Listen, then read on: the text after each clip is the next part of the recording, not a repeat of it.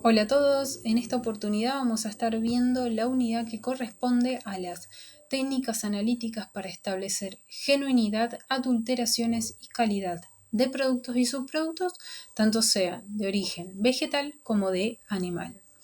Es decir, vamos a estar abordando en esta clase las determinaciones para establecer alteraciones y determinaciones para establecer adulteraciones en distintas matrices alimenticias como pueden ser harina, aceite, carne, etc.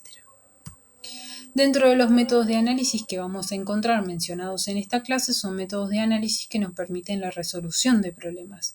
Estos métodos de análisis pueden ser los estudios de composición, los estudios para identificar un producto dentro de un tipo, los análisis de estabilidad, los controles de calidad, búsqueda y determinación de adulterantes y tóxicos y determinación de alteraciones físicas, químicas o microbiológicas. Dentro de los estudios de composición vamos a hablar que estos estudios nos permiten apreciar el valor nutritivo de un alimento. Vamos a encontrar dentro de ellos a las sustancias nitrogenadas, como pueden ser las proteínas, vamos a encontrar a los lípidos, como pueden ser las grasas y los aceites, hidratos de carbono, vitaminas, sustancias orgánicas que den algún aporte nutricional al alimento, sustancias minerales y gases. Por otro lado, vamos a hablar de los estudios que nos permiten identificar un producto dentro de un tipo. Esto quiere decir que dentro de la legislación se establecen especificaciones que se deben cumplir en cuanto a la composición, con máximos y con mínimos. Un ejemplo muy claro es la materia grasa de la leche entera. La leche entera, en el Código Alimentario Argentino, se establece que tiene que tener un mínimo de grasa de un 3%.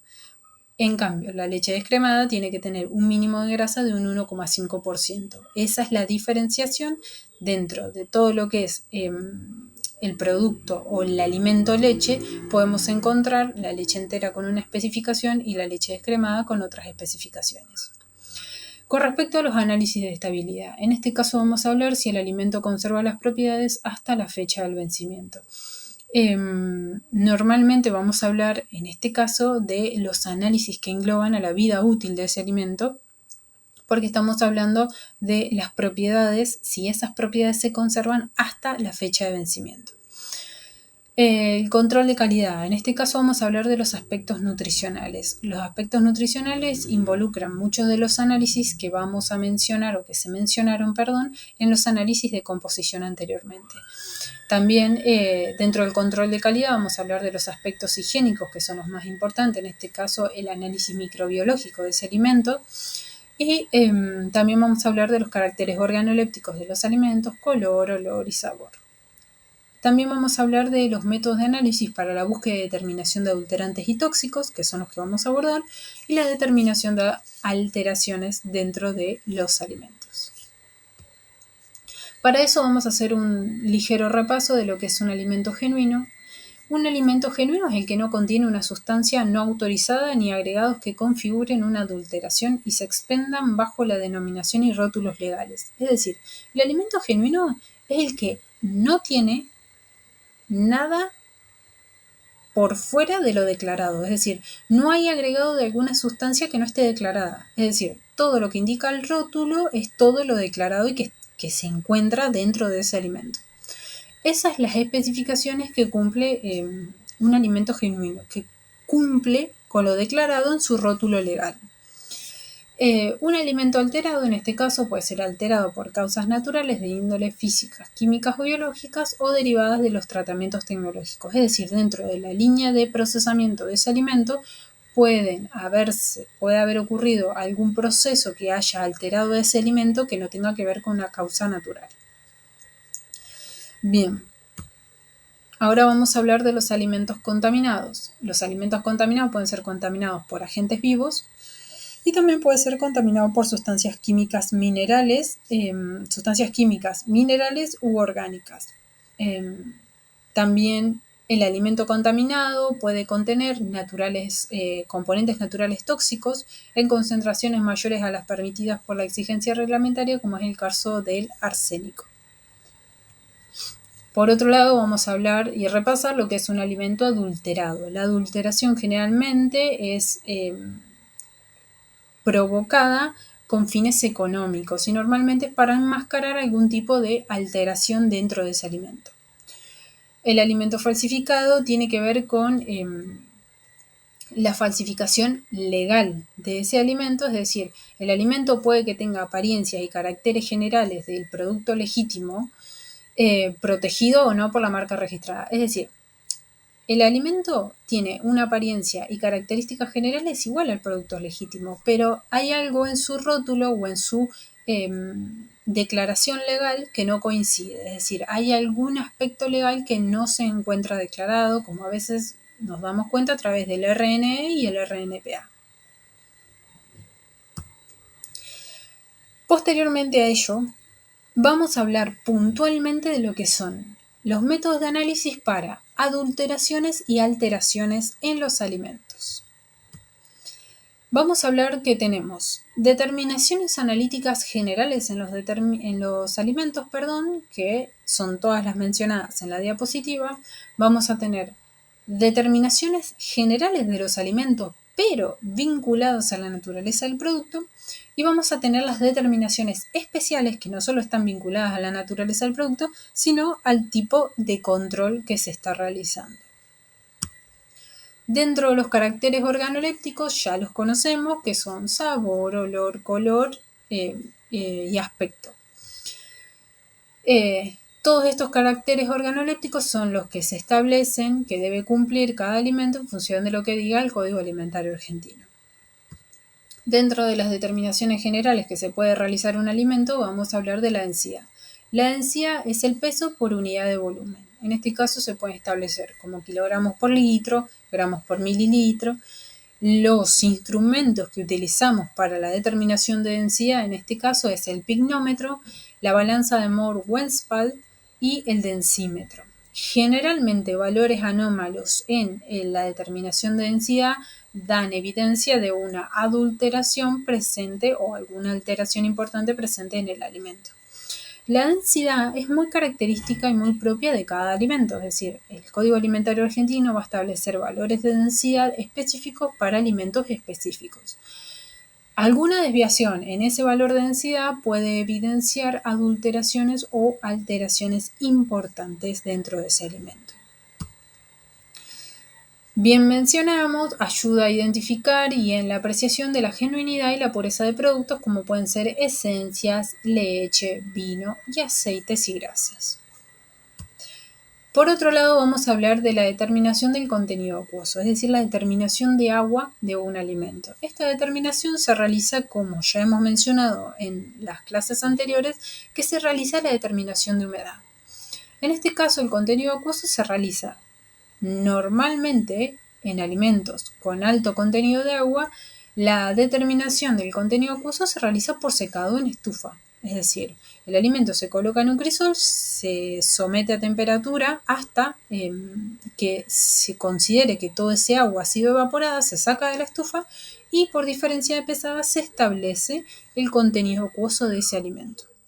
Vamos a encontrar que tenemos alimentos que tienen diferentes contenidos acuosos. Los alimentos desecados o liofilizados tienen muy bajo contenido acuoso. Harinas y semillas tienen contenidos acuosos más elevados, entre un 10 y un 16. Carnes, vegetales y leches tienen el mayor contenido acuoso de esta lista de alimentos. Generalmente su determinación nos indica que si el proceso se ha aplicado de manera correcta, por ejemplo en el caso de los alimentos desecados, no debe haber un contenido acuoso de agua muy elevado, entonces es una determinación que nos permite evidenciar si el proceso se realizó de forma correcta, el proceso de liofilización, en ese caso de desecado.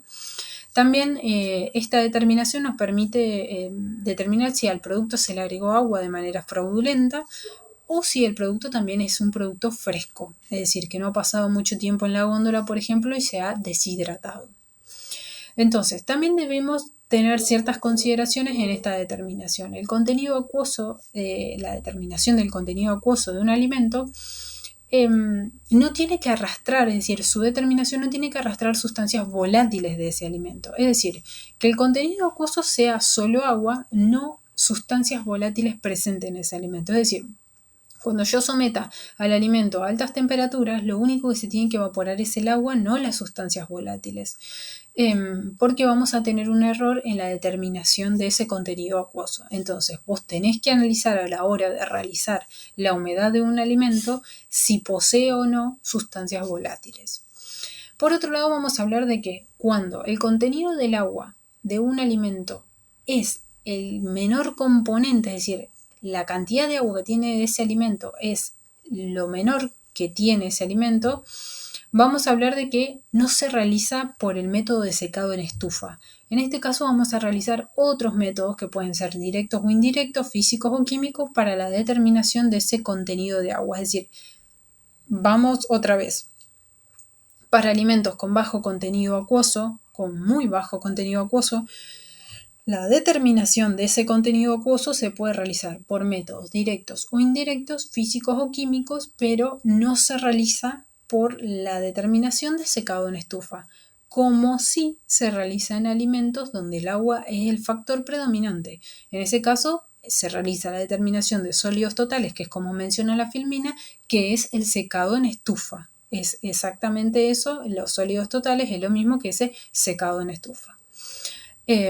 Entonces hay que tener cuidado con y saber de antemano si el alimento tiene un alto contenido acuoso o si el alimento tiene un bajo contenido acuoso, para saber qué determinaciones vamos a realizar. El extracto seco es lo mismo, o sea, es una determinación. El extracto seco es lo mismo que la materia seca, en este caso, de un alimento. Se realiza también por secado en estufa, es lo mismo, es decir, la misma determinación que yo realizo para el contenido acuoso es para la materia seca, es decir, es un solo análisis que me da dos resultados, me da el extracto seco o la materia seca y el extracto acuoso de un alimento. La particularidad es que la legislación, es decir, nuestro Código Alimentario Argentino, muchas veces nos establece que este extracto seco tiene que ser extracto seco no graso, por ejemplo. Entonces, muchas veces al valor de la materia grasa se le resta el porcentaje de grasa y se expresa el extracto seco no graso, por ejemplo. Pero la determinación es la misma que la mencionamos anteriormente. Es un secado en estufa, donde ese secado en estufa nos da dos valores: el extracto seco, materia seca, y el contenido acuoso o humedad.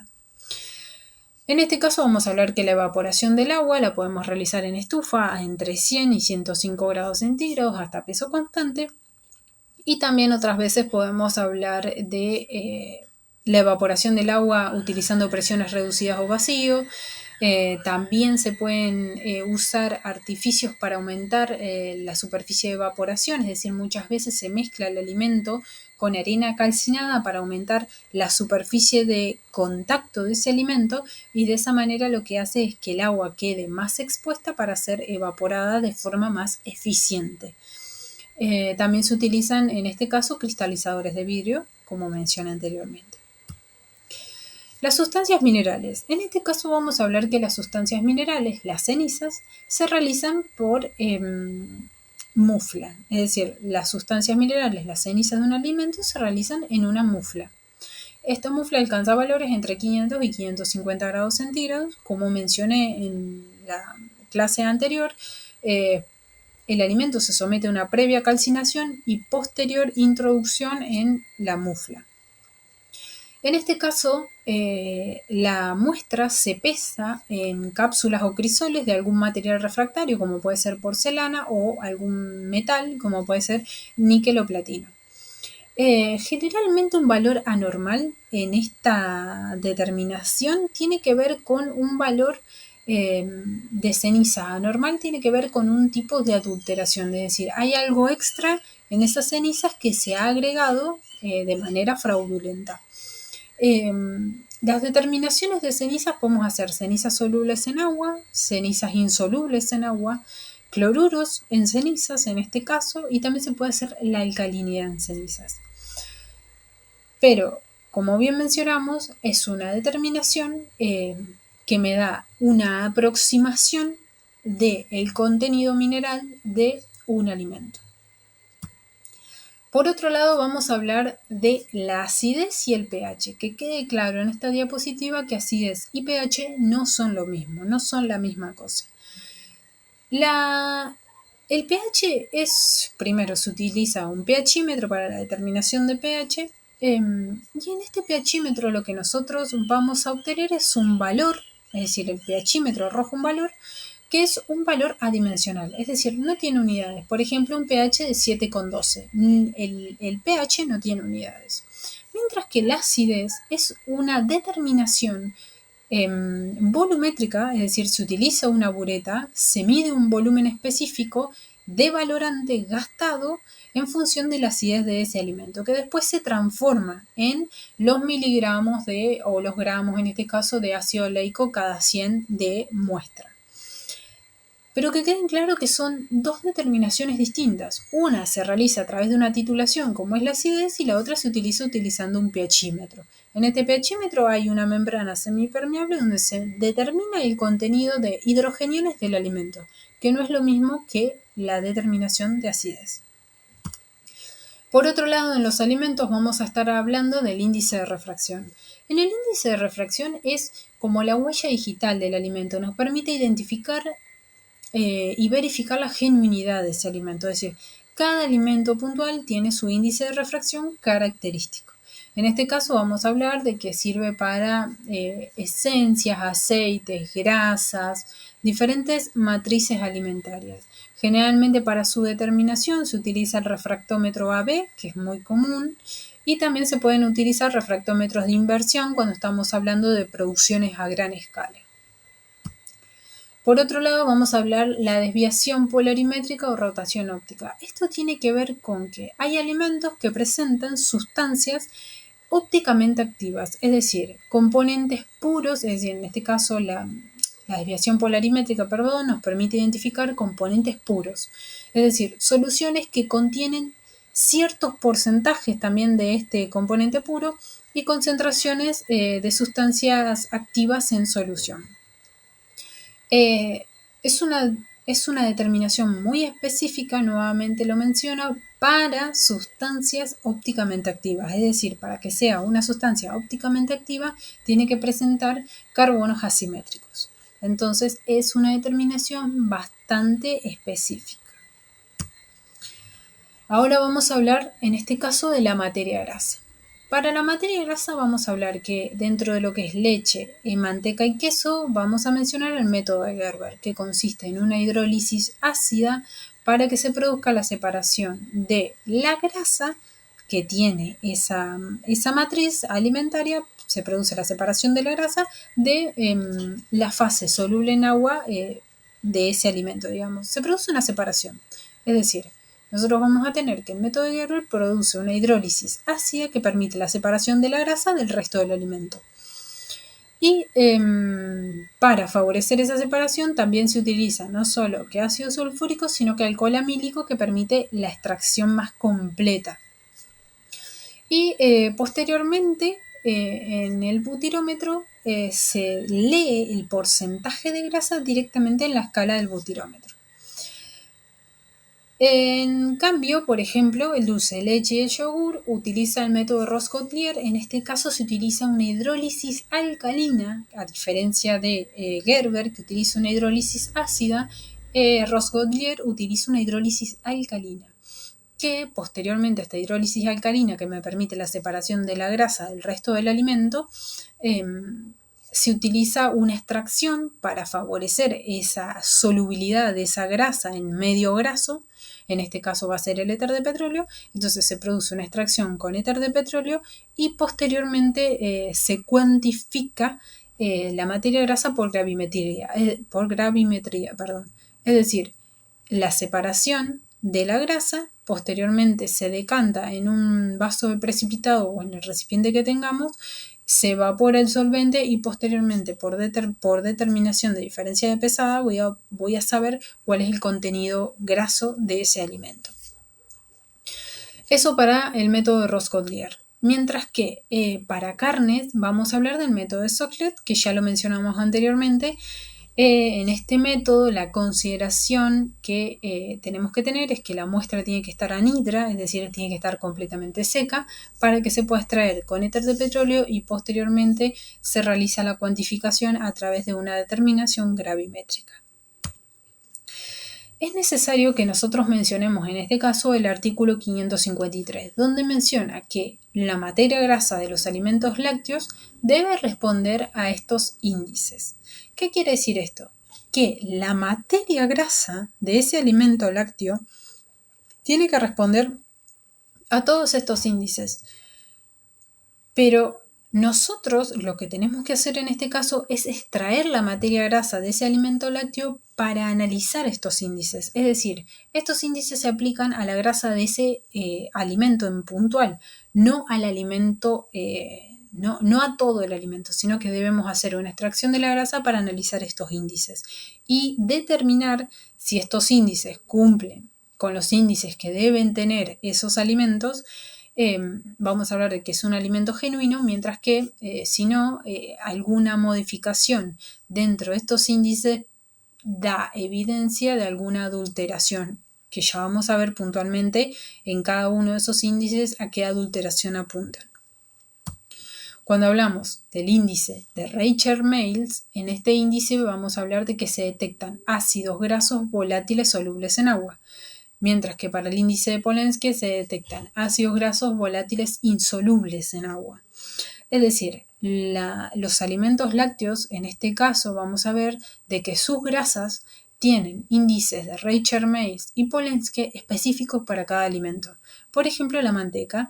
Entonces, adulteraciones pueden generar modificaciones, adulteraciones con aceites de otro tipo, pueden generar modificaciones en estos índices. Después vamos a encontrar el índice de saponificación. En este caso vamos a hablar de que es una medida del peso molecular de los ácidos grasos presentes en el alimento, y un dato anormalmente alto puede dar lugar a la presencia fraudulenta de aceites minerales. El índice de yodo, en este caso, hay dos métodos, el de Janus y el de Wig. El Código Alimentario Argentino normalmente menciona el de Wig. Lo que se diferencia, la principal diferencia entre ellos dos es que es el agente halogenante que utilizan para llevar a cabo la determinación. Pero principalmente el índice de yodo constituye una medida del grado de insaturación del aceite. Es decir, tiene que ver con los dobles enlaces que hay presentes en esa materia grasa. También vamos a encontrar en este caso otras determinaciones que evidencian adulteraciones o alteraciones. En este caso, vamos a hablar, por ejemplo, prueba de reductasa, investigación de almidón, investigación de bicarbonato en leche. Todo esto se utiliza para leche. Reacción de Krebs y cloruros en manteca, bromatos en harina, índice Bellier modificado en aceite. Es decir, dependiendo de la matriz que estemos analizando, dependiendo de las posibles adulteraciones que se estén enmascarando, en este caso, es la determinación que vos vas a utilizar para ver si está adulterado o alterado el alimento. Todas las determinaciones que nosotros mencionamos en esta clase son determinaciones generales. Son los que quizás son los más mencionados dentro de nuestra legislación vigente. Para ello, lo que van a tener que hacer en el trabajo práctico que le vamos a proponer en esta clase es crear grupos. Dentro de cada sede vamos a crear grupos, como mínimo 3 personas y como máximo puede haber 4 personas, donde cada grupo va a realizar una infografía de un alimento puntual. Esta infografía tiene que contener todas las técnicas analíticas que engloban a ese alimento para evidenciar adulteraciones, alteraciones o genuinidad. Es decir, yo necesito, que en este caso vamos a apelar a su buena voluntad y que ya son estudiantes avanzados y sabemos que se pueden organizar mejor, que cada sede cree los distintos grupos. Es decir, en Pico yo necesito que haya como mínimo 6 grupos. Por ejemplo, que uno vea miel, que el otro vea manteca, que el otro vea harina y así. Lo mismo en Santa Rosa y lo mismo en las demás sedes. En caso por ahí de la Adela, si son muy pocos, lo que podemos hacer es crear un solo grupo. Lo mismo pasa en Colonia Varón si son un solo grupo. No pasa nada. Se pueden repetir los grupos, pero vamos a intentar que por lo menos las sedes más grandes, Pico y Santa Rosa, estén todos los grupos de alimento con su infografía correspondiente. Esta infografía se va a cargar en el campus. Ustedes van a ver un paddle en el campus donde van a cargar la infografía y van a poner los nombres de los integrantes de esa infografía, y esa infografía va a tener una retroalimentación. Es decir, va a tener, si está bien, le vamos a poner que está bien, y en el caso de que haya algo que esté por fuera de lo normal, se va a corregir. Pero nada más que eso. Entonces, a continuación les damos un ejemplo de lo que van a encontrar en el paddle. Por ejemplo, para leche, la determinación, por ejemplo, de la prueba de reductancia es para establecer genuinidad. La determinación de acidez en leche es para establecer alteraciones. Otra cosa, por debajo de esta clase ustedes van a encontrar PDFs que dicen aceite, miel, carne, es decir, cada grupo va a elegir, un grupo va a elegir aceite, otro va a elegir miel. En esos PDF, ustedes van a encontrar todas las determinaciones que se le hace en rasgos generales a ese alimento. Entonces, esas determinaciones son las que ustedes van a colocar dentro de la infografía, si son para genuinidad, para alteración o para adulteración. Eso es lo que vamos a necesitar que ustedes hagan dentro del transcurso de esta semana en lo posible, y a medida que ustedes los vayan subiendo, nosotros lo vamos a ir corrigiendo. Muchas gracias por su atención, chicos.